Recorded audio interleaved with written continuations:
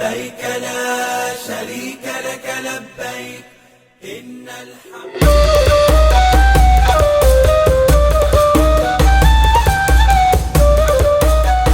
Jemaah haji lansia rutin mengikuti senam pagi di Hotel Shisa Mekah. Senam ini menjadi salah satu layanan dari petugas penyelenggara ibadah haji atau PPIH Arab Saudi Indonesia.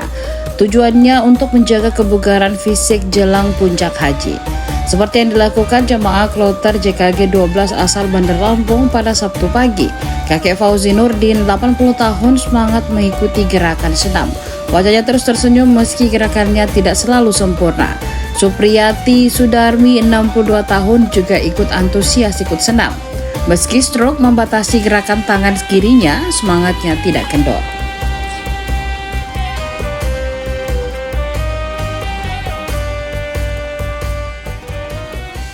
Download Tribun X sekarang, menghadirkan lokal menjadi Indonesia.